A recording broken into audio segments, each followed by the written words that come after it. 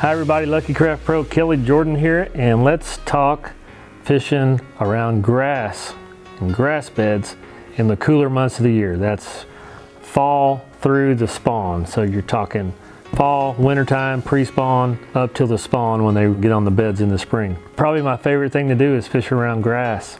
Everything lives around grass.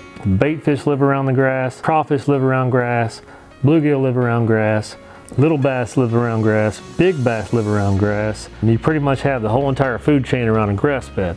Like I said, I have confidence every time I'm fishing around grass that there's going to be some bass there, and the bigger the grass bed is, the more bass that are probably going to be present. So how do you attack? Let's start off with the lipless crankbaits and the ones that are my favorites to use around grass. Let's start with the LV500. This is the King Kong of the Lucky Craft line of lipless crankbaits. What I love about it, it's a really heavyweight. It's got about half-ounce size, I guess you could say, if there is such a thing, but it weighs about 3/4 of an ounce. So what that does, lets you make really long casts and lets the bait get down into the grass or down to the bottom around the grass really fast.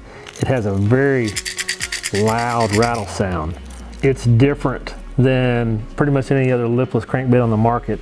And fish haven't seen that a lot, and of course that's key a lot of times, is to have something that has a different action, different sound, and this gets down to where those big fish live, especially if you have deeper grass or you want to aggressively rip this lipless crankbait out of the grass. Then you have the LV150. This is, standard size lipless crankbait, not too heavy, so it goes, you can keep it above the grass easier.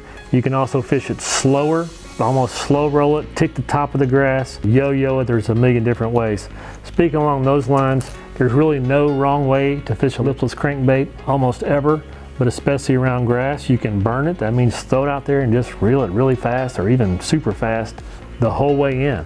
Stop and go, long cast, reel it really fast, or kind of slow, or kind of medium, and every now and then just stop reeling for a second and then keep it back up. Some days your bites happen when you stop it. It's crazy.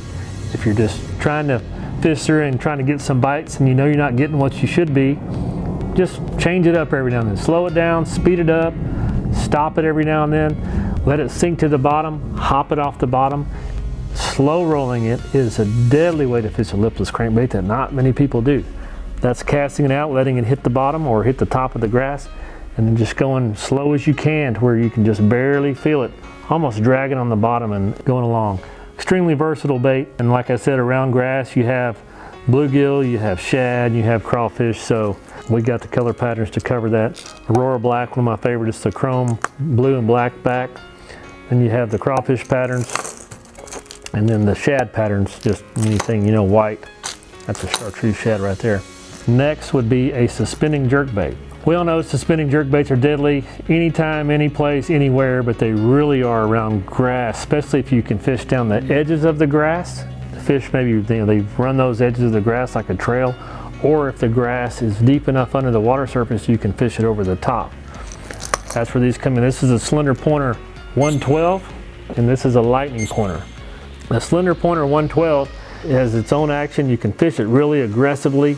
It gets down mid-range for suspending jerkbait, maybe 4 to 6 or 7 feet deep, whereas a lightning pointer has a crazy erratic action because it has this kind of squared corner bill on it, and it doesn't go quite as deep, so it's perfect for grass. It's maybe 4 feet from the surface or something like that if you want to come over the top. It's just a different action, different look as well. Shad patterns, bluegill patterns, deadly around the grass. And then you have the super power fishing grass baits. This is the Lucky Craft 1.5s. Shad pattern, crawfish pattern. 1.5 is a fairly buoyant bait, so meaning it floats pretty well. So how you can fish that around the grass is you can fish down the grass edges, fish over the grass, fish areas where maybe there's clumpy grass mixed with sand, what have you. You can burn a 1.5 down to the grass, hit the grass, stop it, and let it float back out, or you can give it a pop and get it to pop free of the grass. A lot of times that's when your strikes come.